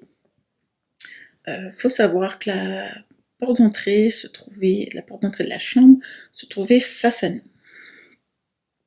Quasiment, un petit peu décalée quand même par rapport au lit. Donc je lis l'histoire, et puis là, à l'entrée de la chambre, je vois se dessiner une petite forme blanchâtre, pas très grande, la taille d'un enfant de 7 ans, je dirais, vaporeuse, fluide, s'avancer vers le lit. Donc j'avais cette vision sur le côté, une vision périphérique. Donc j'ai pas bougé mon regard de peur de perdre ce que j'étais en train de voir. Je suis restée figée, j'ai arrêté de lire, et la forme s'avançait vers le lit où j'étais installée, et elle a glissé au niveau du lit. Quand elle arrive au niveau du lit, elle a glissé sous le lit. Sous le lit, il y avait un tiroir à jouets en plastique, dans lequel tout le petit bazar de jouets de mon petit. Et j'ai entendu les jouets remuer et plus rien. Donc j'ai plié le livre, je suis descendue du lit, je regardais sous le lit. Rien bien sûr, mais c'était voilà, un réflexe. À ce moment, j'ai pas eu peur du tout. Les garçons, qu'est-ce qui se passe, maman? Eux n'avaient absolument rien vu. Rien bien sûr, j'arrive pas à leur dire. Et voilà, je me suis réinstallée, je continuais à lire, j'essayais de me concentrer sur ce que je suis en train de lire. J'étais un peu figée, j'étais étonnée de ne pas avoir eu peur sur le moment, mais après oui, parce que j'ai dormi longtemps avec la lumière la nuit. Dans le prochain témoignage diffusé ce soir, Lionel partage avec nous le récit d'une expérience troublante qu'il pense être en lien avec le phénomène d'abduction. Il en profite pour nous prodiguer quelques conseils. Bonjour Nora, bonjour Guillaume et bonjour à tous les Nuréens. Voilà, je fais cette petite vidéo parce que je voulais partager quelque chose qui m'est arrivé en début 2015. Tout d'abord, je me présente, je ne m'appelle pas Henri, je m'appelle Lionel, petite pointe d'humour pour commencer. Et j'ai toujours eu un mal-être depuis tout petit dans cette société, dans cette humanité, pas trouver ma place. Et puis, enfin voilà quoi. Bon, je suis pas le seul, on est beaucoup comme ça, quoi. Donc voilà, les présentations sont faites. En 2014, j'ai décidé de ne plus regarder la télé. Alors pourquoi? Je sais pas, c'était intuitif, hein, ça venait de mon plus profond de moi-même, quoi. Beaucoup de stupidité, de peur, et puis je me retrouvais plus du tout dans tout ça, quoi. Dans tous ces médias un peu pourris, quoi. Donc voilà, j'avais décidé d'arrêter de regarder la télé, et j'ai commencé à m'intéresser à qu'est-ce que l'âme, le karma, la réincarnation, la médiumnité, le paranormal, voilà, tout ça c'était des choses qui étaient au plus profond de moi-même, hein, cette recherche de spiritualité, mais j'ai jamais vraiment poussé les choses. Donc ne regardant plus la télé, je me suis intéressé à tout ça sur internet. Et donc je suis tombé sur des chaînes alternatives. 2014, je regardais les mystères de l'univers. Merci Nora. Et puis voilà, maintenant je regarde beaucoup de médias, Nurea TV bien sûr, Miasme, Les Sentiers du Réel, etc. etc., etc. J'ai écouté beaucoup de médiums et de scientifiques quantiques, enfin voilà, d'ufologues, du chercheur de vérité. Bref, disait Pépin. Et donc j'écoutais des médiums qui disaient qu'on avait tous des guides de lumière qui nous accompagnaient, qui nous aidaient, qui nous épaulaient, quoi, et tout ça. Donc en début 2015, j'ai demandé à mes guides de lumière de m'apporter la connaissance. Donc il m'est arrivé un petit phénomène assez sympathique, et après il m'est arrivé ce phénomène-là que je vous conte tout de suite. Donc c'était en février ou mars 2015. Tout d'abord, j'explique que je suis un travailleur de nuit, donc je travaille la nuit, et je vais me coucher entre 6 et 7 heures du matin. Donc ce matin-là, je vais me coucher, comme d'habitude, j'éteins ma lumière, je me mets en place, je prends mon petit oreiller, je me mets en position fétale, et là je ferme les yeux. Et là, tout d'un coup, il y a quelque chose, quelque chose de pesant qui était présent, quoi. J'avais un gros mal-être et je ne comprenais pas pourquoi. Et donc là, je me suis retrouvé paralysé. J'avais que les yeux qui bougeaient. Donc j'ai un petit peu flippé quand même, parce que avant d'avoir la connaissance de ce phénomène-là, je ne savais pas ce qui se passait, quoi. Donc je me suis dit, waouh, je suis malade, je vais devenir paralysé, qu'est-ce qui se passe, quoi. Et donc le premier, ce qui m'est venu tout de suite à l'esprit, c'est de demander à mes guides de m'aider, quoi. mentalement, parce que je ne pouvais pas parler, hein, j'étais paralysé. Et donc le phénomène s'est estompé tout doucement. Donc j'ai rallumé la lumière, un peu dans l'énergie de qu'est-ce qui s'est passé, un peu une énergie de peur, quoi. Je suis descendu, j'ai été fumer une cigarette, j'ai été boire de l'eau, et j'ai réfléchi, waouh, qu'est-ce que c'était ce truc-là, quoi. Enfin bref, je retourne me coucher, et chose inévitable, je m'endors. Quelques jours après, ou une semaine après, rebelote, hein, je vais me coucher à 6-7 heures du matin et je décide de me faire une petite séance de Reiki, parce que je suis initié au Reiki. Donc je mets une petite musique sur mon portable. Pour ceux qui connaissent, il y a des petites musiques avec des gongs toutes les 3 minutes pour changer les positions des mains. Donc je m'installe, je fais ma petite musique et je commence ma séance de Reiki. Et quand je suis arrivé au niveau du chakra du cœur, ce mal-être, il est revenu. Assez virulent, quoi, hein, assez fort, quoi. C'était quelque chose qui était pesant et qui m'oppressait au niveau du sternum. Donc je me suis dit, j'espère que ça ne va pas recommencer, quoi. Et je sentais que ça venait de mon côté gauche. Alors étant donné qu'avec le téléphone il y avait une petite lumière, je voyais un peu dans la chambre. Et donc je tourne la tête du côté gauche et il n'y avait rien, quoi. Il y avait mon mur, mon porte-manteau, mais je n'avais rien de visuel, quoi. Donc j'ai eu à peine le temps de remettre ma tête en place que je me suis retrouvé encore paralysé. Donc là, encore une fois, je me suis demandé qu'est-ce qui se passait, qu'est-ce que c'était que ce truc. C'était pas normal, quoi. Et là, il y a un deuxième phénomène qui est arrivé, quoi. J'entendais un bruit qui allait de la tête aux pieds, en fait, et j'avais l'impression d'être, comme je regarde beaucoup de films fantastiques, de films de science-fiction, j'avais l'impression d'être comme dans un vaisseau spatial, quoi. Ou alors peut-être un bruit de scanner, je sais pas, quoi. Donc ça faisait...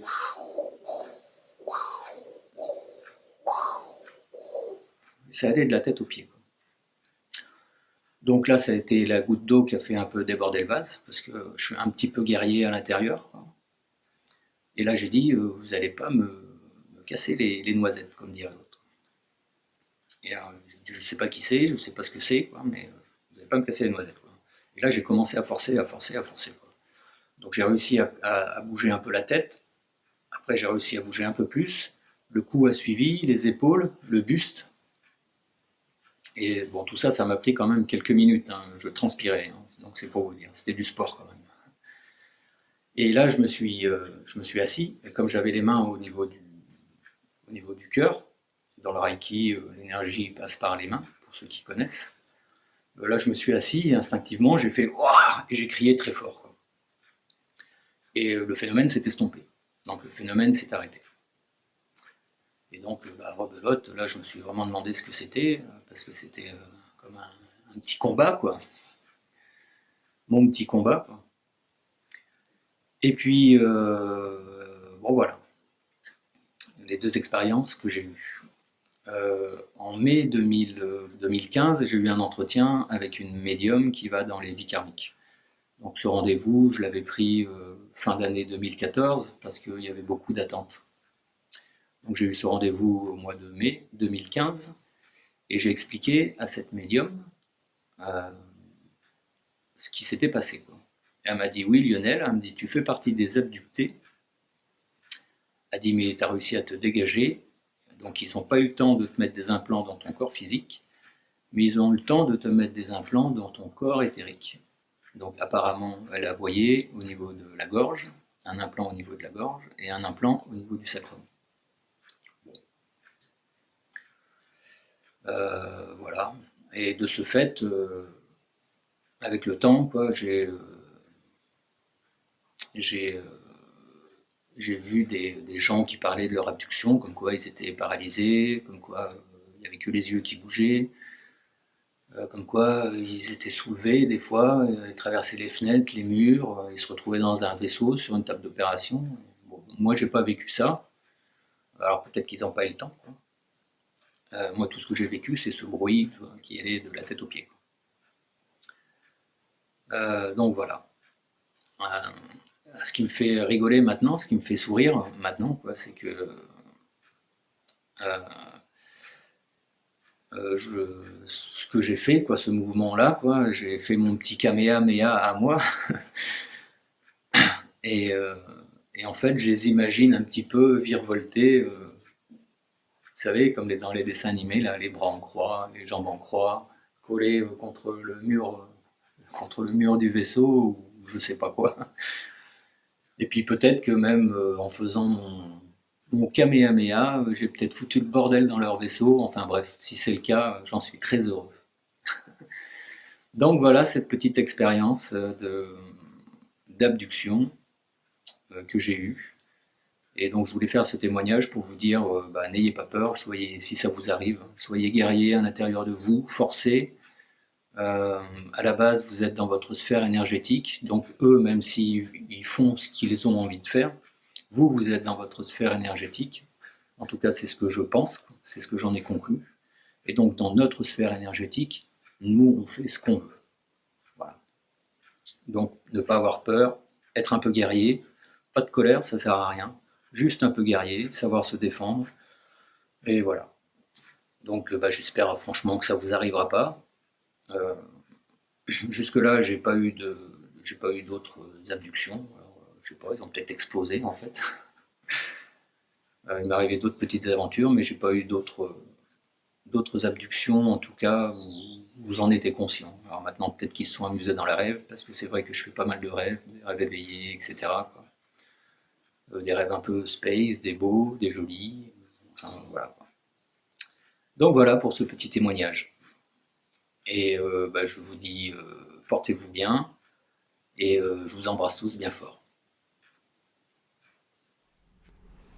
Pour cette dernière vidéo, Itana nous raconte son initiation au chamanisme et nous fait découvrir un concept inédit, la langue mémoire. Elle nous explique dans quelles circonstances elle a développé de manière totalement intuitive une langue jusqu'ici inconnue d'elle. Elle nous en donne même un aperçu étonnant. Salut les Nuréens, salut les Nuréennes, salut Nora, salut Guillaume. Alors cette vidéo pour vous parler d'un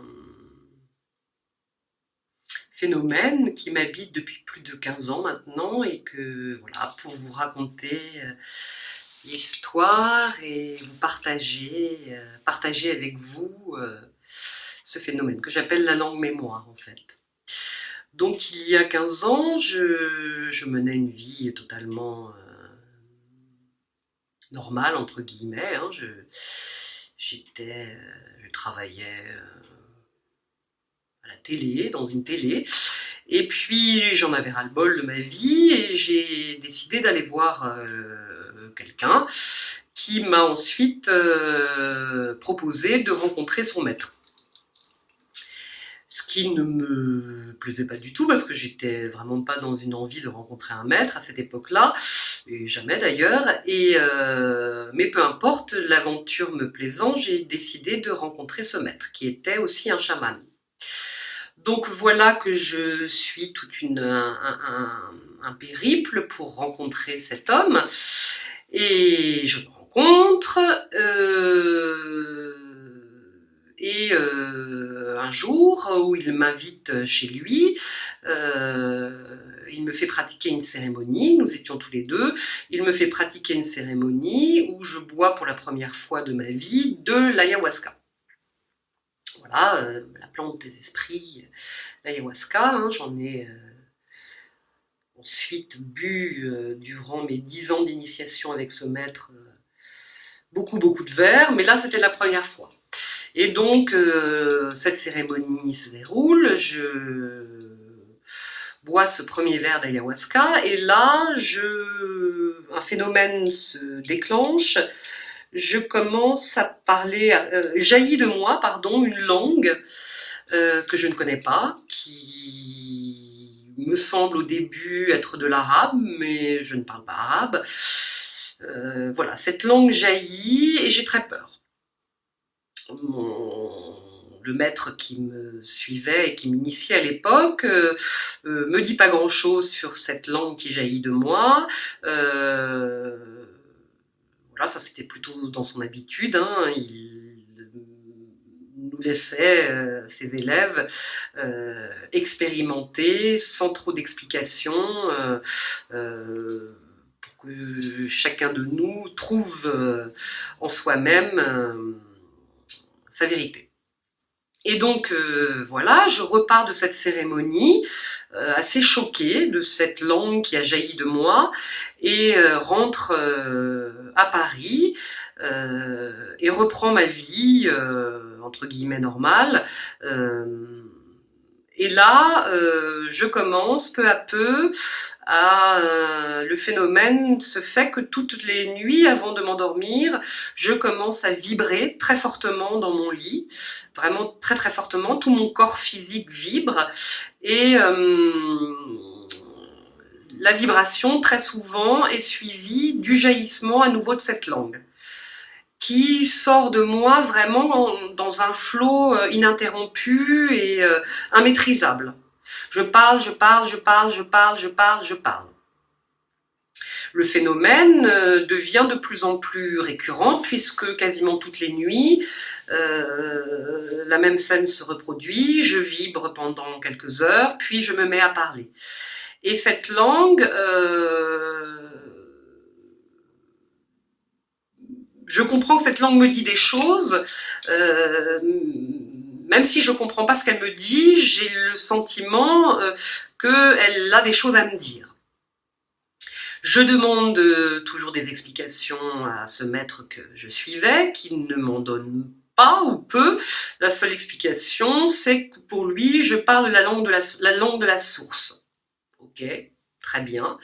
Je m'initie au chamanisme, je pratiquais le chamanisme avec lui, donc pourquoi pas la langue de la source. Mais cette réponse ne me suffisait pas. Donc au bout d'un an, où tous les soirs ce phénomène se déroule en moi, je commence à avoir de plus en plus peur en me disant que peut-être que je suis folle.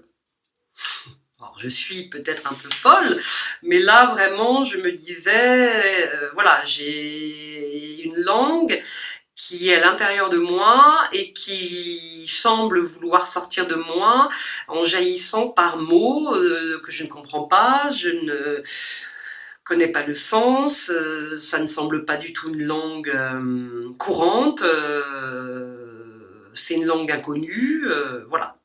Donc je décide d'aller voir un linguiste. Mais avant ça, en fait, avant de décider d'aller voir ce linguiste, il m'arrive une expérience assez traumatisante. C'est que je suis dans ma cuisine un jour, le poste est allumé et j'entends une émission radio où là est invité un rabbin qui parle araméen. Et à partir du moment où ce rabbin commence à parler araméen, j'ai un sursaut car je comprends ce qu'il dit et je lui réponds dans la langue que je parle. Donc, et comme si en fait, voilà, je me dis mais en fait je parle araméen. Bon, ce qui ne me calme pas du tout par rapport à ma peur parce que là je me dis bon, je parle araméen. Qu'est-ce que c'est que ce délire? Comment se fait-il que je parle en araméen? Je suis française, parisienne, voilà. Jamais été très très bonne en langue. Je parle un peu italien, un peu anglais, mais araméen, ok. Donc là, je décide, je me dis bon, il faut que j'aille voir un linguiste. Il va me donner la solution. Comme je pratique depuis quelque temps dans le milieu de la spiritualité, je travaille aussi comme conseillère en lithothérapie, j'ai beaucoup de gens autour de moi qui ont du réseau, des réseaux de gens autour d'eux, donc j'ai un ami qui me conseille d'aller voir un magnétiseur un énergéticien, pardon, qui a eu une formation de linguiste au Mont Sinaï.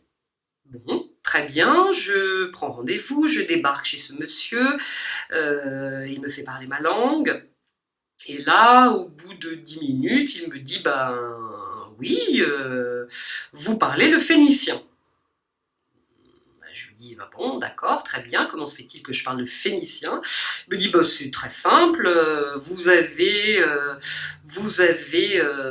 réveillé en vous une vieille mémoire, et donc vous parlez le phénicien. Je lui dis, mais c'est marrant parce que j'ai compris, j'ai entendu un message radio d'un rabbin qui parlait araméen, et j'ai compris et j'ai échangé avec lui, moi dans ma cuisine et lui à la radio, en araméen. Il me dit, oui, mais bon, voilà, le phénicien vient de l'araméen, bon, il m'explique 2-3 trucs, je repars de là, bon, en me disant, so what? Bon, ok, très bien, je comprends l'araméen, en fait je parle phénicien, mais pourquoi tout ça? Qu'est-ce que ça veut dire? Puis, là, à partir de là, vraiment, cette langue qui m'habite 24 heures sur 24, hein, que je parle 24 heures sur 24, donc que je commence peu à peu avec le temps, à l'époque, hein, à maîtriser, à calmer en moi pour pas la parler tout haut, parce que des fois elle jaillit dans le métro, elle jaillit dans des endroits où il y a du monde, je fais en sorte de la maîtriser pour pas être interné dans un hôpital psychiatrique, et voilà, et je continue quand même à avoir peur, mais de plus en plus à sentir les nuits quand elle vient, à sentir que cette langue m'initie, qu'elle me fait du bien, qu'elle transforme des choses en moi, qu'elle est un vrai enseignement en fait, hein. Et donc je commence à décider de l'appeler langue mémoire, puisque cette langue me viendrait d'une ancienne mémoire, je décide de l'appeler langue mémoire, et je commence à la pratiquer sur certaines personnes, hein, puisque je commençais à pratiquer avec mon tambour, j'agrémente mes séances de cette langue et je commence à la parler à d'autres personnes, et très souvent la réaction de ces personnes est très forte, des pleurs, des réminiscences, des souvenirs d'anciennes vies qui reviennent. Et puis, chemin faisant, au bout de 9 ans, je quitte l'enseignement du maître avec qui j'étais initiée, je continue toujours à parler cette langue, bien sûr, et puis un jour, je vais voir un ami qui pratique des canalisations, et qui me dit, Semblon m'a dit que tu parlais une langue, et nous commençons ensemble, je commence à rentrer dans une forme de transe, et à lui parler cette langue, et à partir de là, en présence de cet homme, je vois apparaître un être qui me dit venir de Sirius B, et qui me dit que ma langue est une langue que je détiens de Sirius B, oui, et que je peux l'écrire. Et donc à partir de ce moment-là, je commence à écrire cette langue, avec une espèce d'écriture un peu cunéiforme, pardon. Voilà, je commence à écrire cette langue et à comprendre ce que veulent dire les symboles et assembler ensemble les mots, etc. Et à partir de ce moment-là, se déroulent des phénomènes assez étranges, c'est que plusieurs fois dans mon appartement, je suis visitée par des énergies très fortes, des énergies, des entités, on va dire, surtout une dont je reconnais la vibration de Sirius B, cette vibration qui m'a appris à écrire cette langue. Et cette vibration, quand elle vient dans mon appartement, sa vibration est tellement forte que quand je suis face à elle, j'ai l'impression que mon cœur va exploser et que je vais mourir tellement c'est fort. Ma vibration personnelle n'arrive pas du tout à résister à cette très très forte vibration. Et cet être vient me visiter plusieurs fois, me donne même son nom, et voilà. Puis il disparaît et je n'ai plus du tout de contact avec lui pendant des années. Jusqu'à ce que je sois invitée en Mongolie aux 50 ans de carrière d'une célèbre chamane mongole, il y a 2 ans maintenant, et que là, en fait, je rencontre plusieurs chamans à qui je parle ma langue, et qui me disent qu'en fait, je ne devrais pas, que c'est la langue de l'esprit avec lequel je travaille, donc j'ai du mal à leur expliquer qu'en fait, ce n'est pas un esprit que j'appelle, mais que cette langue, cet esprit, langue, m'habite continuellement, et je travaille avec elle, et voilà. Donc on est dans une position de concept, mais jusqu'à ce que je rencontre une chamane mongole qui, elle, me dise qu'en fait, elle comprend ma langue et qu'en fait, je parle la langue des temps premiers. Voilà. Ça, c'est un phénomène qui m'est arrivé, donc je vais vous parler cette langue pour... voilà, je vous en parle, mais si je vous la parle pas, ça n'a pas beaucoup d'intérêt. Donc, je vais vous faire un message de la langue mémoire. C'est pour ça que j'ai mon masque, hein, parce que, voilà, mon masque, je pratique très souvent avec mon masque et mon costume, et voilà, mon masque est là aussi pour me permettre de cadrer la transe dans laquelle je suis.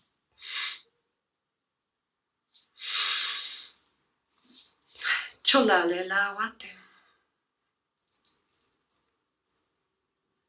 Manelela le yok tak tak tekli yok. Manela de wate. Chola ler tak tak tekli yumbe wat. Ella le di yo wate. Manela de yokta. E yokta li do wak. Be yumbe li be yo wate. Chola li la le yate. Komanele di yo wak. Elambe yoti, belar tok tak takli yuti bawat. Emeneli la le lo waka. Emeneli lo le la be yombe yot. Kalach tak tak takli yute wake. Kemenele la li de yo wate. Mayak tak tak liklaya. Hey pinde wate. Eyo pile li la de yang pitila yut. Hishla be yonte bawat. Kela le li la tu yake. Eyombe lula di yo wake. Kule la le lula yok. Heyenti de wate belati yokta. Peyakta lach tak tak takli yutiat.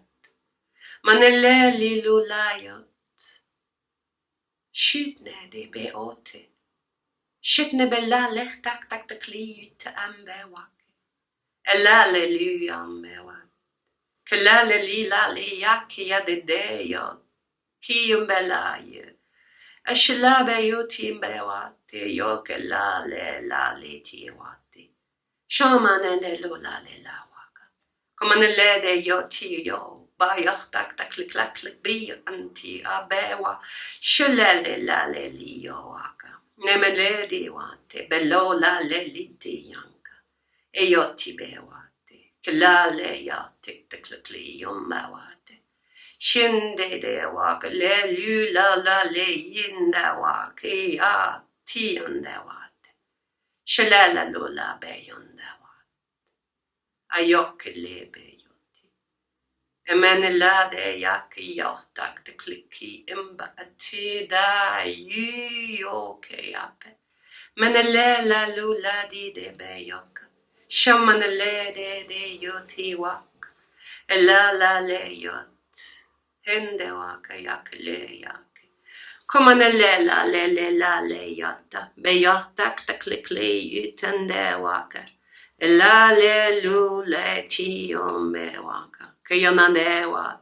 Ela la li lo waka. Yak la yu ati ande waka. Elam de be wata. Shumane waka. Pelada lu la ti yote.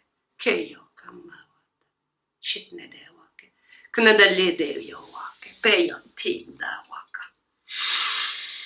Shumbe wate pelulilawate pelote delake manayate peyate peyoka pewate. Alors très souvent on me demande de traduire. Il n'y a pas de traduction, hein. C'est une vibration, hein. Donc ça veut dire que voilà, elle vibre elle vibre différemment pour chaque personne qui l'entend, qui l'écoute. Et voilà, durant toutes ces années, j'ai cherché à comprendre, à savoir d'où elle venait, pourquoi elle était là, voilà.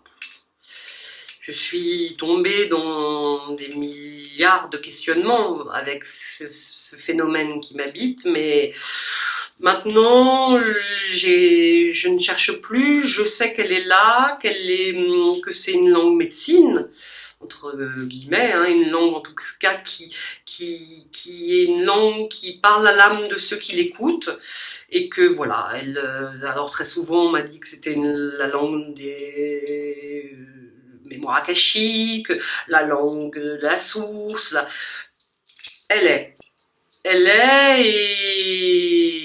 et voilà. Merci Nuréen, Nuréenne, merci Guillaume, merci Nora, et plein de bonnes choses à vous, et en tout cas le peu que je peux vous dire de sa vibration, là, de ce qu'elle a dit, c'est que